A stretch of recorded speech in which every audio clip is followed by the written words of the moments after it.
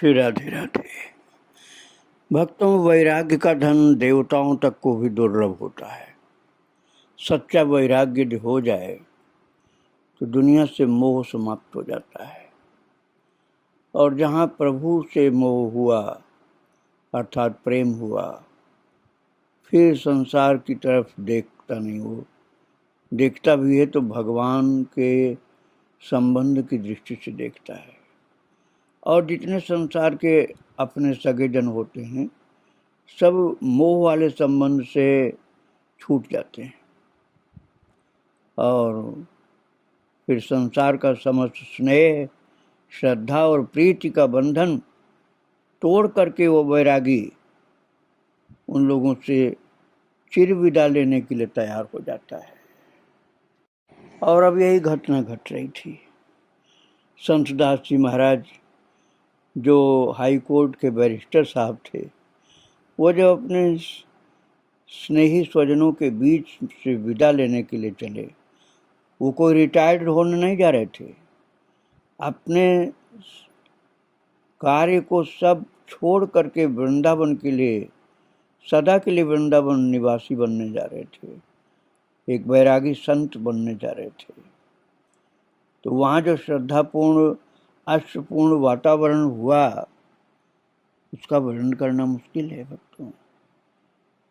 वहाँ पर उपस्थित एक सज्जन ने बताया कि अगस्त मास 1915 ईस्वी में जिस दिन उन्होंने हाई कोर्ट का परित्याग किया, उस दिन की घटना हो मैं भूल नहीं सकता। वो कहते हैं कि वो एक मुकदमा समाप्त करके लाइब्रेरी में आकर बैठे, और हमने सुना कि वह अब और यहाँ नहीं आएंगे, संसार त्याग कर श्री वृंदावन जाएंगे। और उस वकील का कहना है कि हम लोग सब आ करके उनको अभिवादन करके विदा उनको करना चाहे और तैयार हुए, क्योंकि वो रुकने वाले नहीं थे, वृंदावन जाना नहीं था। तो इसी समय सर रास बिहारी घोष धीरे धीरे उनके पास आ करके उनकी चरण धूल लेने को झुके। इस पर उन्होंने आपत्ति की, कहा कि अरे आप क्या कर रहे हैं, आप तो मुझसे बड़े हैं।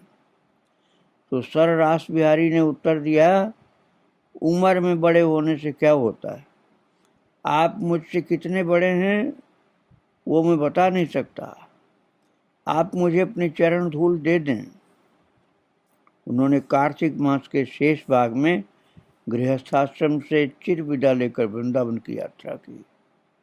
धन संपत्ति सब कुछ बांट दिया उन्होंने, यहाँ तक कि वृंदावन जाने का तीसरे दर्जे का रेल का किराया भी नहीं बचा।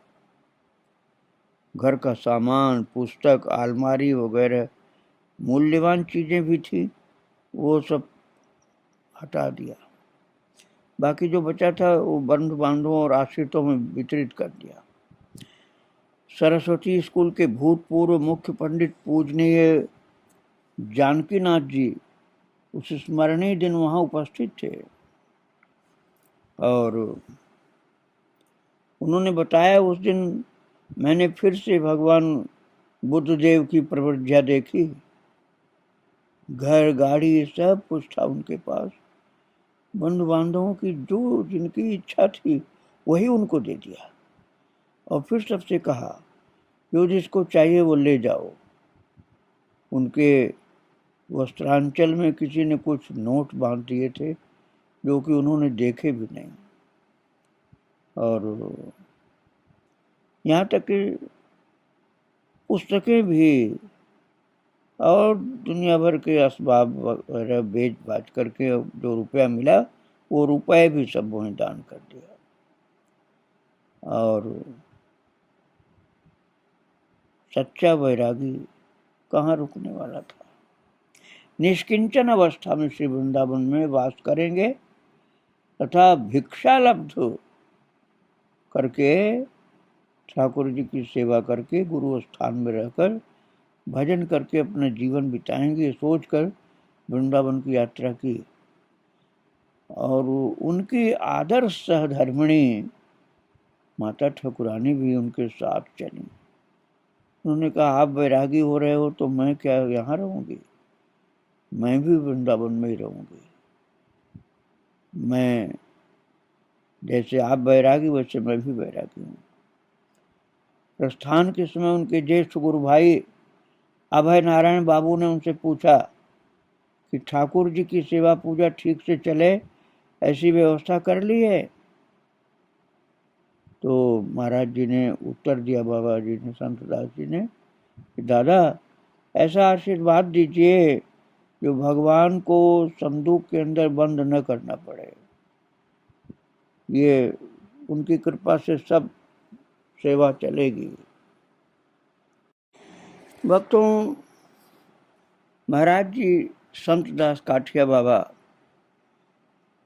सच्चे वैरागी होकर के अपना सब कुछ, घर मकान और सारी सामग्री और पूरा परिवार और अपने जो उनकी बिजनेस की चीज़ें थी अर्थात वकालत की, वो सब छोड़ छाड़ के सबसे मुक्त होकर 16 नवंबर 1915 ईस्वी को बाबा जी महाराज गृह त्याग करके वृंदावन आश्रम में पहुंच गए। और जैसे वानप्रस्थी होते हैं ना, वानप्रस्थी, पत्नी और पति दोनों लोग जंगल में रहते हैं, बिल्कुल वही हो गया। पत्नी भी वानप्रस्थी हो गई, तपस्या करती थी, और पति भी तपस्या करते थे। दोनों लोग वृंदावन में रहते थे, त्यागी वैरागी होकर अपने हाथों ठाकुर जी की सेवा करते तथा अन्य सेवा कार्य भी स्वयं करते थे। और उनकी धर्मपत्नी, जिनको भक्त लोग माता ठाकुरानी बोलते थे, वो एक महान तपस्विनी बन गई और उनके सब सेवा कार्यों में, संत दास जी महाराज के सेवा कार्यों में हाथ बटाती थी, भगवान की सेवा करती थी, रसोई भगवान की बनाती थी और भजन करती रहती थी। बाबा जी महाराज के पूर्ण संन्यास लाभ करने पर माता ठाकुरानी काशी चली गई। जब तक वानप्रस्थी थे महाराज, तब तक तो वृंदावन में रही वो, और जब संन्यास ले लिया बाबा ने, तो उनकी धर्मपत्नी माता ठाकुरानी, भक्त लोग बोलते थे, वो काशी चली गई। तो आश्रम में झाड़ू लगाना, भोजन बनाना, ठाकुर जी की पूजा करना, कभी कोई रोगी हुआ तो उसकी सेवा करना, आज सब काम उन्होंने काफी समय तक अकेले ही किया। और रात को निद्रा करते ही नहीं थे, वो रात को सोते ही नहीं थे, रात भर भजन करते थे। और उनके शिष्य लोग बताते हैं भक्तों कि हम लोगों ने उनका चरण आश्रय लाभ किया, तो उन्हें किसी प्रकार का साधन करते हुए नहीं देखा। उनका साधन भजन बहुत पहले ही समाप्त हो चुका था, अर्थात पूर्ण हो चुका था। धनंजय दास काठिया बाबा थे तीसरी पीढ़ी के। पहली पीढ़ी के तो श्री रामदास जी काठिया बाबा थे, दूसरी पीढ़ी के थे संत दास जी काठिया बाबा, और तीसरे धनंजय दास काठिया बाबा हुए। तो वो उनका कहना है कि संत दास जी महाराज भजन पूर्ण कर चुके थे, इतनी ऊंची स्थिति में थे, और उसके बाद उनकी साधना तपस्या को जिसने प्रत्यक्ष देखा हो, ऐसा मनुष्य कोई बाद में बताने वाले तो कम ही लोग रहे, लेकिन महाराज जी को गुरुदेव की कृपा पूर्ण रूप से प्राप्त हो गई थी, और बहुत सारी बातें गुप्त रखा उन्होंने। राघव दास नामक उनके एक ब्रजवासी गुरु भाई थे। वास्तव में साधन संबंधी बहुत बातें उनको पता थी, और उन्हीं को उनकी स्थिति का बहुत कुछ ज्ञान था। अधिकांश समय बिल्कुल एकांत में ही रहते थे और मौन रहते थे। अभ्यास के अनुसार कुछ समय नीरव रह करके कहते, बाबा हमारा कुछ साधन भजन नहीं था, गुरु कृपा से ही सब कुछ हुआ। और वो जब ऐसा कहते, उस समय उनका स्वर, वो भाव भंगिमा ऐसी होती थी कि धनंजय दास काठिया बाबा कहते हैं कि हम लोगों का हृदय भी द्रवीभूत हो जाता था महाराज जी की वाणी सुनकर। आज भी जब महाराज जी उठे तो कहते थे कि आज भी उनकी वो मूर्ति याद करके नेत्रों से जल गिरने लग जाता है।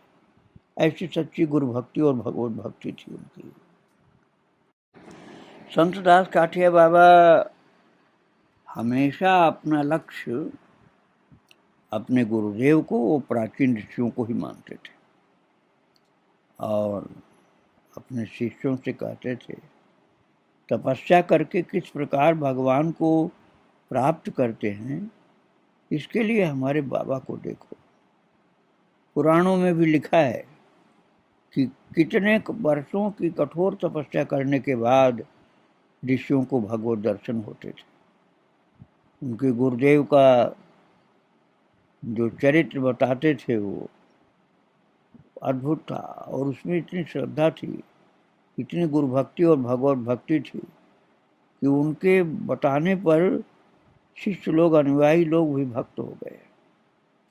बचपन से संसार से आसक्ति शून्य होकर के एक क्षण भी वृथा न गंवाते हुए कितने वर्षों के एकनिष्ठ साधन के बाद भगवान की प्राप्ति हुई, अपने गुरु की बात बताते थे। साधन की कथा होने पर भी उनका लक्ष्य साधन करना और गुप्त रखना था। उनका विराट त्याग, कठोर साधन, कहते थे महाराज जी कि हम लोगों के सम्मुख आदर्श था, किंतु उनकी धारणा यही थी कि हमें भी करना है, वो उनके आशीर्वाद से ही होगा। और राघवदास जी ब्रजवासी ने बताया कि महाराज के वृंदावन आने पर मैंने उन्हें लेटते नहीं देखा। इस संत दास काठिया बाबा के जीवन की बात मैं आपको बता रहा हूँ कि उनका गुरु भाई था राघवदास, कहता था मैंने संत दास जी महाराज को कभी लेटते नहीं देखा, प्राय समस्त समय ही ध्यान लगाए रहते थे। जब सेवा कार्य होता था आवश्यक तभी सेवा कार्य करते थे, और नहीं तो ध्यान लगाए हुए भगवान का नाम और गुरु प्रदत्त मंत्र का जप करते रहते थे। एक वर्ष तक उन्होंने केवल 3 छटाक जौ का आटा की रोटी, वो भी केवल एक बार, 24 घंटा में एक बार 3 छटाक जौ के आटे की रोटी, इतना ही पाते थे। दाल तरकारी, यहाँ तक कि नमक भी नहीं लिया। 3 छटाक का मतलब होता है तो 1 पाव से भी, मतलब 250 ग्राम से भी बहुत कम। 250 ग्राम में 4 भाग कर दो, उसका 3 भाग हुआ 3 छटाक। तो और वो आटे की रोटी केवल, और कुछ नहीं। यहाँ तक कि दाल सब्जी नमक भी नहीं लिया, और मौनी रहते थे, किसी से बातचीत नहीं करते थे। आहार का यह नियम छोड़ने पर भी बहुत ही सामान्य आहार करते थे। और इस समय वो इतनी थोड़ी देर को, और वो भी मध्य रात्रि में सोते थे, बहुत बाद में। शुरू में तो बिल्कुल सोते ही नहीं थे, बहुत बाद में सोते भी थे, तो मध्य रात्रि में बिल्कुल थोड़ी देर के लिए, और किसी की देखने की संभावना ही नहीं होती थी, कब सोए कब जग गए। इस संबंध में किसी किसी को पता चल पाया कि आधा घंटा या चौथाई घंटा सोते थे। और गृहस्थ आश्रम में थे तब भी ये बात लोग कहते थे कि ये सोते नहीं, सदा जगते ही रहते हैं। तो जब गृहस्थाश्रम में यह अवस्था उनकी हो गई थी तो श्री वृंदावन धाम में तो एक महान तपस्वी संत थे, फिर यहाँ क्यों नहीं होता। और वक्तों संतदास काठिया बाबा जब वृंदावन में तप करने लगे, बहुत ज़्यादा भजन में लगे रहते थे, काफ़ी रात तक भजन करते थे, लगभग आधी रात तक। फिर कुछ देर, थोड़ी देर शयन करते थे, उम्र अधिक होने पर थोड़ी देर शयन करते थे और फिर उसके बाद रात में ही उठ जाते थे। एक दिन प्रातः काल में जब मंदिर गए तो देखा कि श्री ठाकुर जी के आभूषण चोरी हो गए। इस घटना से उन्होंने सोचा मैं भजन छोड़ करके अब जो शयन करना शुरू कर दिया हूँ, ये शायद गुरुदेव नहीं चाहते हैं। निद्रा तो होती ही नहीं है, व्यर्थ में लेट करके क्यों समय नष्ट किया जाए। बस उसी दिन से सारी रात जाग करके भजन करते थे और शेष रात्रि पर मंगला आरती के लिए पुजारी को जगा करके वो थोड़ी देर विश्राम कर लेते थे। और इस समय के आहार संबंधी नियम को बाबा ने बड़े कंट्रोल कर रखा था और भागवत प्रसाद के महात्म के संबंध में बोलते थे, प्रसाद ही लेते थे। उन्होंने एक दिन कहा, बाबा भगवान अपनी कृपा से भक्तजन द्वारा निवेदित भोग को अमृतमय बना देते हैं। एक बार मैंने संकल्प किया कि मैं केवल महाप्रसाद ही लूंगा। अतः जिस दिन से मैंने अन्न प्रसाद ग्रहण करना शुरू किया, उस दिन से निवेदित अन्न का अमृतमय स्वाद हो गया। ओ महाराज थोड़ी देर चुप रहकर गदगद स्वर से बोले, बाबा उन्होंने कभी भी विस्वादु वस्तु मुझे नहीं खाने दी, अर्थात प्रभु की कृपा से वो प्रसाद में स्वाद उत्पन्न हो जाता था। इसके अलावा इन दिनों की दो एक बातें और अद्भुत थीं। अधिकांश समय भजन करते रहते थे, ध्यान के साथ जप करते रहते थे। जब शरीर क्लांत लगता, थका हुआ लगता, तब उपनिषद और भागवत आदि ग्रंथ पढ़ना शुरू कर देते थे और श्री राधा बिहारी जी की नियमित सेवा पूजा करते थे। भक्तों में ये राधा बिहारी आज भी काठिया बाबा के मंदिर में विराजमान है, आप कभी दर्शन कर सकते हैं। बहुत दिनों तो सेवा पूजा से लेकर के रसोई बनाना, बर्तन मांजना, आज सब काम ही बाबा भी करते संतदास जी महाराज। आश्रम के सब कामों में लगे रहने पर कभी शायद उनको क्रोध नहीं आया कभी भी। इस कारण मौन आलंबन किया कि क्रोध आने की संभावना ही न रहे। और उनके साधन जीवन के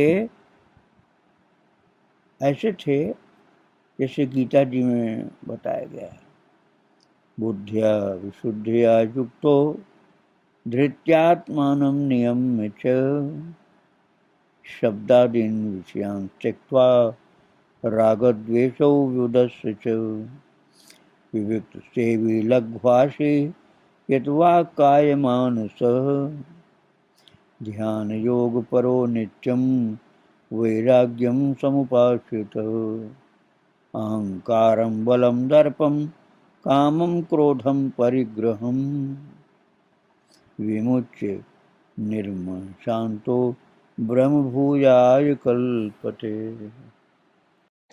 भक्तों, साधना की बातें भगवान ने गीता जी में 18वें अध्याय में बताई। बाबा इसी को अपने गुरुदेव के आदर्श मान करके भगवत वाणी को स्वीकार करते थे। वो कहते थे, भगवान ने इस श्लोकों में कहा है कि विशुद्ध बुद्धियुक्त पुरुष धारणा के द्वारा चित्त को निर्मल करके शब्दादि विषयों का ध्यान परित्याग करके किसी के ऊपर अनुराग और द्वेष परिहार पूर्वक निर्जन स्थानवासी और अल्पाहारी होकर वाक के शरीर अर्थात वाक का मतलब वाणी, शरीर और मन को संयत करते हुए सदा ध्यान में स्थित होकर और वैराग्य का आश्रय लेकर अहंकार, बल, अभिमान, काम, क्रोध और परिग्रह परित्याग पूर्वक मेरा तुम्हारा आदि भेदभाव वर्जन करके शांत चित्त होकर ब्रह्म भाव में स्थित होने की योग्यता लाभ करते हैं। यह 18वें अध्याय में 51वां, 52वां और 53वां श्लोक है। इस संबंध में कहते थे महाराज जी कि साधना और तपस्या का बाहरी रूप होने पर भी यह अंदर की वस्तु है। साधारण जनों के मन की था लेना ही कठिन होता है। चेष्टा करने पर थोड़ा आभास मात्र मिल जाता है। महापुरुषों के अंदर की बातों को जानना तो बहुत मुश्किल है। और उनके शिष्य कहते हैं कि हमारी अपेक्षा उनको तो बहुत ही उच्चतम अवस्था उनकी थी और गुरु कृपा से उनको साधना के फलस्वरूप उत्तरोत्तर उच्च अवस्था होती गई। फिर वो इसी भूमि पर निवास करते थे अर्थात इसी अवस्था में रहते थे। ये सब साधारण बुद्धि की समझ के बाहर की चीज है। इनके गुरुदेव अर्थात संत दास बाबा के गुरुदेव रामदास काठिया बाबा कहा करते थे भक्तों कि हाथी का 2 तरह का दांत होता है, एक बाहर दिखाने का, दूसरा भीतर भोजन खाने का। भीतर का दांत दूसरों को मालूम नहीं पड़ता है। संतन की भी ऐसी 2 वृत्तियां रहती हैं, एक बाहर दिखाने की और दूसरे अपने भीतर की। उसकी खबर जल्दी से किसी को नहीं मिल सकती है जब तक वो बताए नहीं। उन्होंने ये बात सिद्ध महापुरुषों को लक्ष्य करके कही थी, लेकिन ये श्रेष्ठ साधकों पर ही समान भाव से लागू हो पाती है।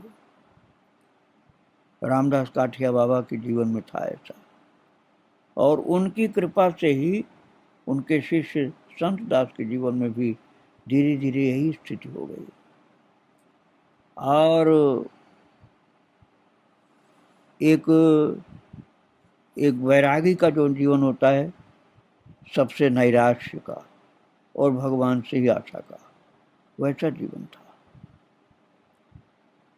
और उनकी लिखी हुई एक जीवन पुस्तिका थी, उसको कभी कभी इनके शिष्य लोग पढ़ते थे और किसी किसी को प्रसन्न मन देखने देते थे, नहीं तो जल्दी से देखने भी दे देते थे अपने अनुभव की चीज़ों को। बाबा जी महाराज शारदा बाबू के यहाँ अवस्थान कर रहे थे जब, तो एक दिन उन्होंने अपने गुरु भाई को थोड़ा सा अनुभव वाला अपना देखने दिया था और फिर और किसी को कहते थे अरे क्या कर रहे हो, दिखने की चीज नहीं तुम्हारी।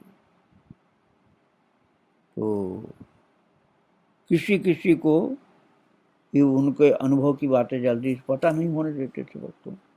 कहते थे ये सब गुप्त चीजें हैं, ये सब बतानी ही नहीं जाती हैं। महाराज जी गुरु कृपा से ऊंचे महापुरुष हो गए थे और उनकी भी बड़ी इज्जत होती थी। काठिया बाबा की तरह से उनको भी माना गया।